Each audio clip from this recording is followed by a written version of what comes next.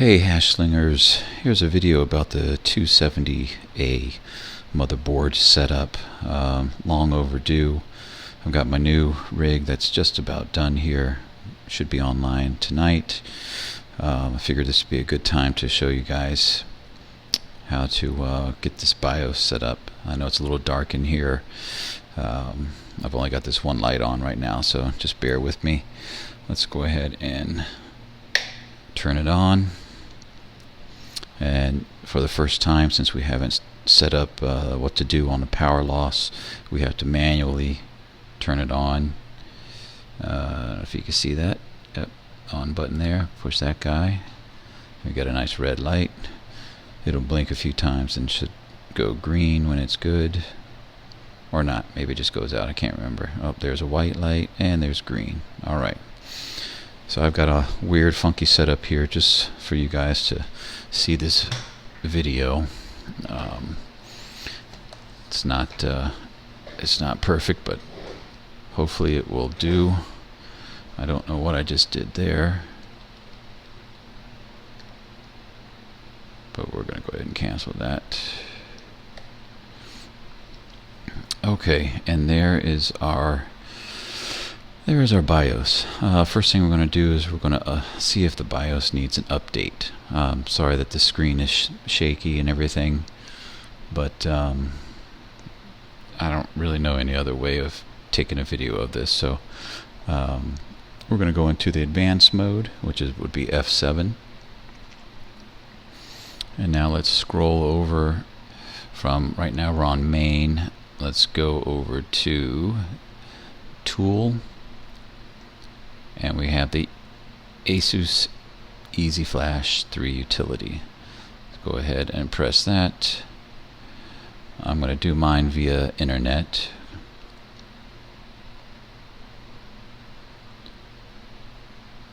And it just tells you what's going to happen during the EasyFlash 3 update.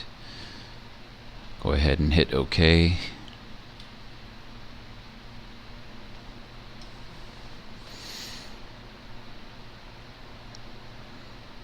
I think what it does is it reboots here. Yes, it does. And it should bring me right back into the EasyFlash utility. There we go. Alright, we're going to do it via the internet. So highlight internet, click OK. DHCP is fine. Click on that, and it says that there is an update. Do you want to update it? If you have an update, then go ahead. If not, then you're good to go. And you can skip this section and go back to the advanced screen and wait for me there. Alright, do you really want to update it? I think so. You'll see that white bar down at the bottom. It'll say processing.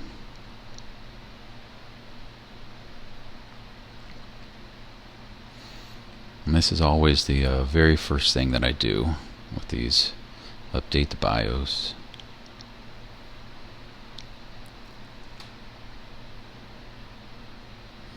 Typically it doesn't take very long. Just take a couple of minutes, if that, maybe 1 minute.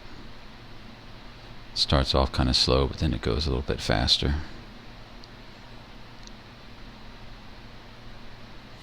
While it's doing that, I'll show you the back of my rig here. It looks crazy, doesn't it? All those cables. Looks a lot better from the front, but I haven't. I've got a little more cable management to do, and I haven't quite connected everything yet. But this aluminum rig seemed to turn out okay. It has some pretty neat attributes to it. I mean, you can really move stuff around and get it set up exactly how you want. It's pretty easy to take apart.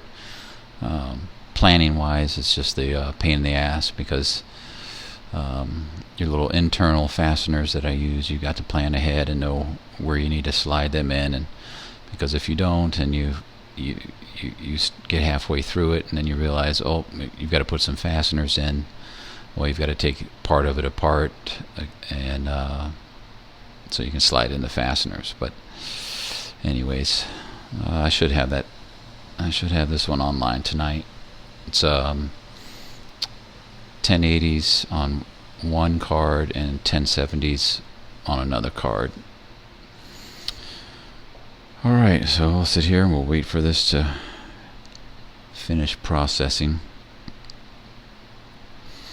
I've had so many questions about the BIOS that I figured, okay, I don't do these too often, but I figured since I've got these two that are going in, I'll take the time to walk through the BIOS here, and maybe someone can get some use out of it.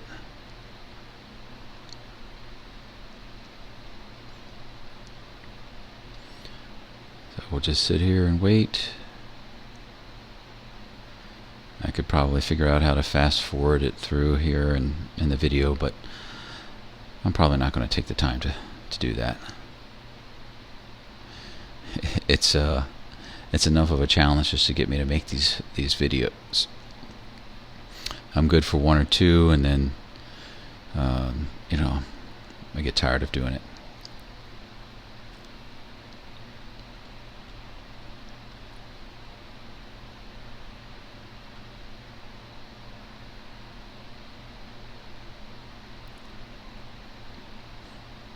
Typically doesn't take that long, and this didn't look like it was a very new update, but alright, so update successfully, and it's going to go ahead and reboot.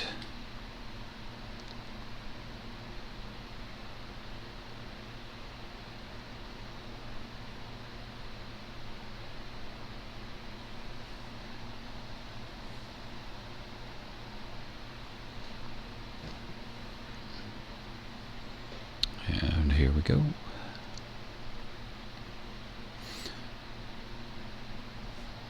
And get a whole bunch of information here.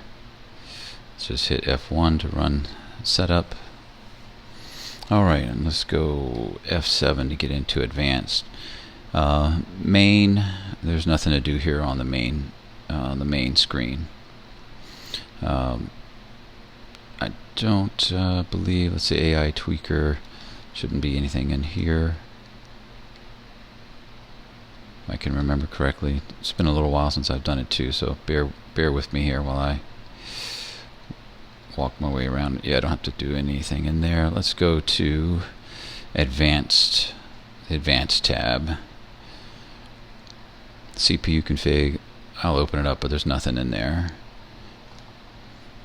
Platform, miscellaneous, just ensure that all these are disabled. Back out, go back into system agent configuration, and this will be where we make some of our first changes. Go down to graphics configuration. Alright, primary display can be auto, it's fine. Everything else will be, this screen will say auto, disabled, enabled, 64 meg, I guess, 64M. Alright, we don't need to change anything there. Next one down, DMI OPI configuration. Alright, DMI max link speed, we're going to change that to Gen 2. Alright, that's DMI max link speed. We'll back out. Go to PEG port configuration. Alright, we're going to change this PCI-E X16.1 link speed to Gen 2. We're going to go down to the next one, 16_2 link speed, change that to Gen 2. PCI-E spread spectrum clocking, we're going to leave that at auto. Alright, hit back. We're going to hit back again. Now we're at the main advanced screen here. Let's go down to PCH configuration. And PCIe Express configuration. PCIe speed, we're going to change that to Gen 2. We'll back out of this screen. Nothing else to do there. Leave that one alone.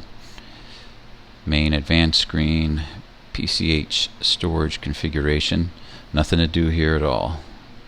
No need to go in there. PCH firmware configuration. Nothing to do in here either. Go back to the main screen. You can skip Thunderbolt onboard devices. Okay, you know, at this part you can disable things that you're not going to need. Sometimes I'll even disable the SATA connections because I'm just running simple mining on here. I don't run anything else. I don't need my SATA connections turned on or enabled. But anyway, so you're not going to need this, or you can leave that on if you want, but I have no need for a HD audio controller. So we'll change that to disabled. Here's where you get to your M.2 configurations. This first one here, PCIe mode, leave auto.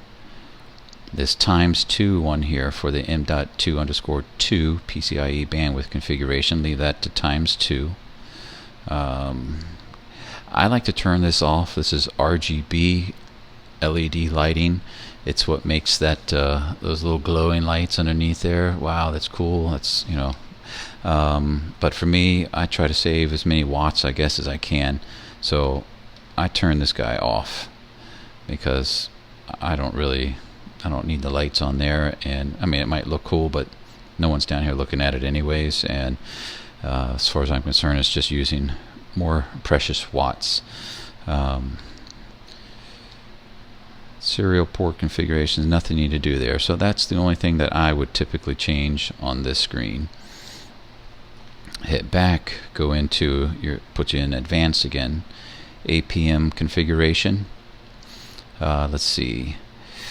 Only thing to change in here is restore AC power loss. We're going to change that to power on. Then that way we won't have to hit that on button again every time this thing shuts off or you power it off. Go back to the main advanced again. Network stack, there's nothing to do here, leave that disabled. There's nothing in the HDD, SDD. There's nothing in the USB. You just want to make sure that legacy USB support is enabled. I think it comes that way by default, like mine did. But if you have issues with your flash drive, it seems like so far whenever I've seen people that have issues with it not recognizing their flash drive or whatever, it's because this has been disabled. The legacy USB support has been disabled. Alright, so we'll leave that enabled, and let's see here, and that's all for the advanced screen. Go over to monitor, nothing there. Go over to boot, Fastboot enabled. I like to have that Fastboot enabled. Let's see here, everything will stay default. 4G decoding, you'll want to enable that, especially if you're going to use 4 more cards. Setup mode, you can do whatever you want to here. This only time I really come in here, I go straight to the advanced mode anyways, so change that to advanced mode. System compatibility support module. This is another one too. You can leave all defaults. One of the main ones here that you want to make sure is this boot device control. You want to ensure that is UEFI and legacy OP-ROM. It should be on there by default. If it's not, make sure that it is. Again, that will affect your boot device, that flash drive. Secure boot, nothing there. Alright, and then we're here at tool, and I believe that is it. That is all we need to do for now. So we're going to hit F10 and we're going to hit OK.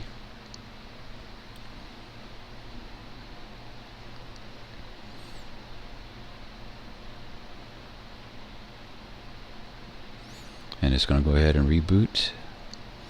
And now I won't have to push that power button. It should go ahead and come up automatically.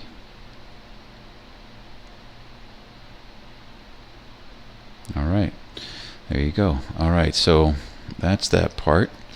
Now I have not installed my flash drive yet, so I will go ahead and I'm going to turn it off. I'll pop into flash drive and then I'll fire it back up.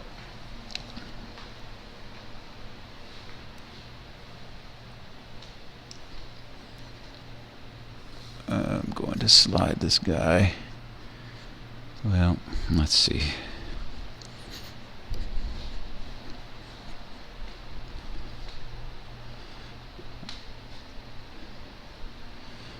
I'm going to put him right in this top one there that's kind of blue colored. It's alright to put it in. I know I haven't powered it off yet, but alright, so I'm going to power it off now.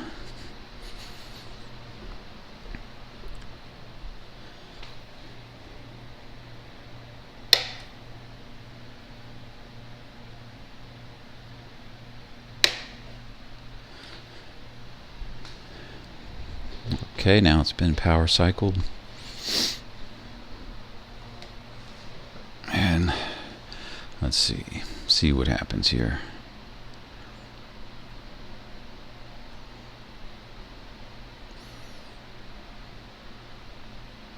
I'm going to entrust that it has picked up that flash drive. Sometimes it doesn't pick up the flash drive and you'll have to reboot again, but just power cycle it again. But it looks like it has. Here we go. There's SMS for you. First thing it's going to do is it's going to check for any updates for SMS. Now mind you, I've done all this with none of my cards attached. So I've ran into issues before. If you hook up all your cards first and you try to do it for some reason, it won't recognize. I can't remember exactly what happens, but you need to do it without any cards, or I don't know if you need to or not, but I do it now without any cards attached. So now what it's telling me is it's just saying there is no screen to the attached matching matching miner. So this will usually run like this for a while.